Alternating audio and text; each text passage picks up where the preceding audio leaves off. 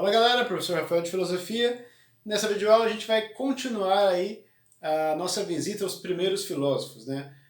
Então, antes de falar da aula, eu quero comentar algumas mudanças. Eu tinha combinado de passar a atividade na segunda, no Classroom, com prazo de até sexta. Só que na sexta é a minha aula presencial, onde vocês iriam tirar dúvidas. Daí quem for na sexta tirar dúvida não vai conseguir entregar a atividade na sexta, que é o prazo limite. Então o que eu fiz? A pesquisa que eu passei semana passada, eu vou prorrogar o prazo para sexta dessa semana, tá? E a partir de agora, eu vou lançar as atividades na segunda com prazo na outra segunda. Tirando a pesquisa que eu falei que vai até sexta, né? Eu acabei prorrogando mais uma semana mesmo, tá? Então, beleza. Vamos voltar aí a ver sobre os primeiros filósofos, os pré-socráticos ou filósofos da physis. Né? A gente já viu como que é a estrutura de pensamento deles, né? Um pensamento racional, logos, discurso racional, logos, tentar desvendar uma arqué, que é o elemento primordial que dá origem à physis, certo? Que, como eu falei no nosso vídeo anterior. Então, vamos agora conhecer o Pitágoras, Pitágoras de Samos. Agora a gente saiu de Mileto, né? Aqueles três primeiros filósofos são da cidade de Mileto. O Pitágoras de Samos, nascido em 570 e falecido aí em 495 a.C. O Pitágoras ele é famoso no campo da matemática por ser o Teorema de Pitágoras, né? Que vai dizer lá, né, para encontrar a formulazinha da hipotenusa ao quadrado é igual à soma dos catetos ao quadrado, né? É o Teorema de Pitágoras. Ele ficou muito famoso por causa desse teorema. E ele também é um grande pré-socrático aí da história da filosofia. A arqué para ele, o elemento primordial, são os números. Então, é como se ele visse que, ele enxergasse que por trás de tudo tem uma ordem numérica que causa harmonia para as coisas. Até se a gente falar, não, o elemento é um deus ou é tal coisa, ainda assim pressupõe o número 1. Né? O elemento primordial é a água. A água também tem a sua unidade junto com ela. Né? É um deus ou é um elemento criador ou dois. Enfim, ele enxerga o número por trás de tudo.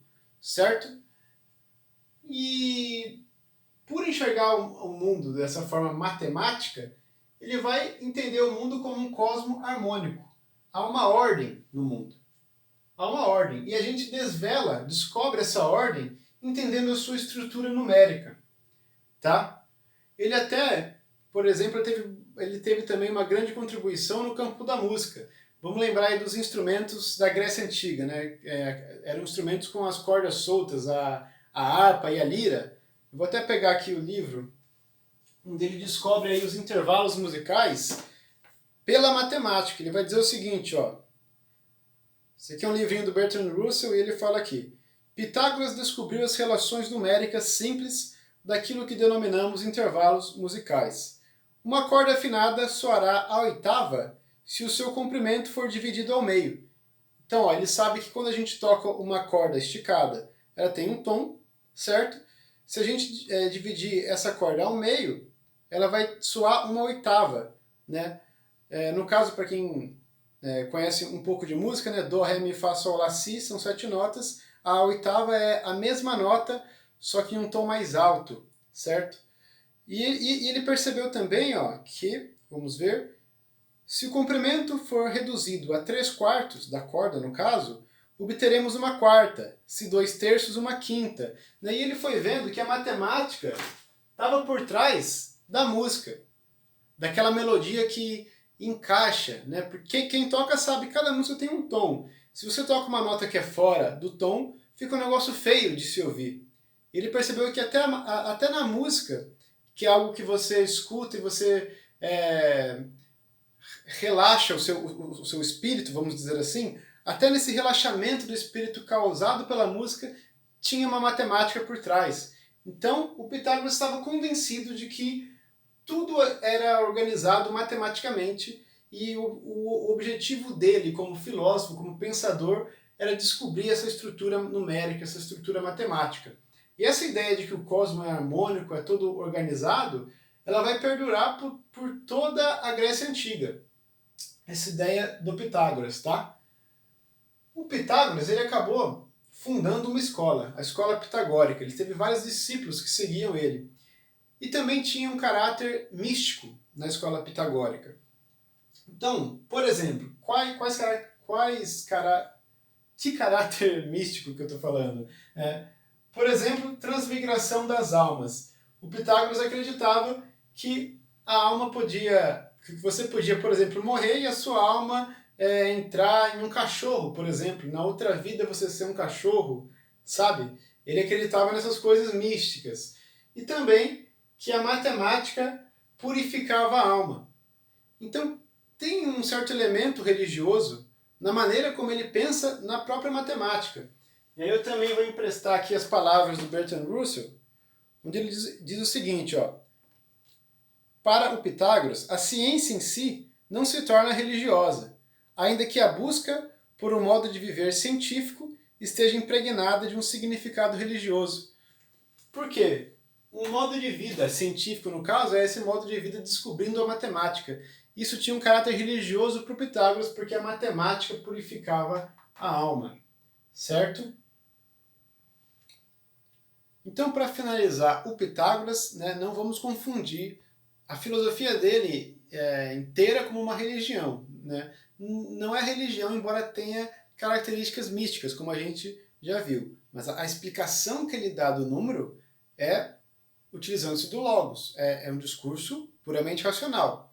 Aí ele deriva alguns elementos místicos disso, mas da filosofia dele é considerada filosofia por ter essa narrativa racional, certo? Bom, nosso próximo pré-socrático, esse é bem famoso também, Heráclito de Éfeso, nascido em 540, falecido em 470 a.C. Esse cara aqui, ele era um filósofo mais rabugento. Ele achava que todos os filósofos que vieram antes dele estavam viajando, estavam tentando entender um elemento que dá origem a tudo, só que ele falava, o mundo não é fixo para a gente falar o que é. O mundo está em constante devir. Devir significa vir a ser ou deixar de ser, ou seja, se transformar. E ele achava que os filósofos anteriores a eles estavam todos presos, tentando encontrar um elemento, uma arqué, que é, sabe?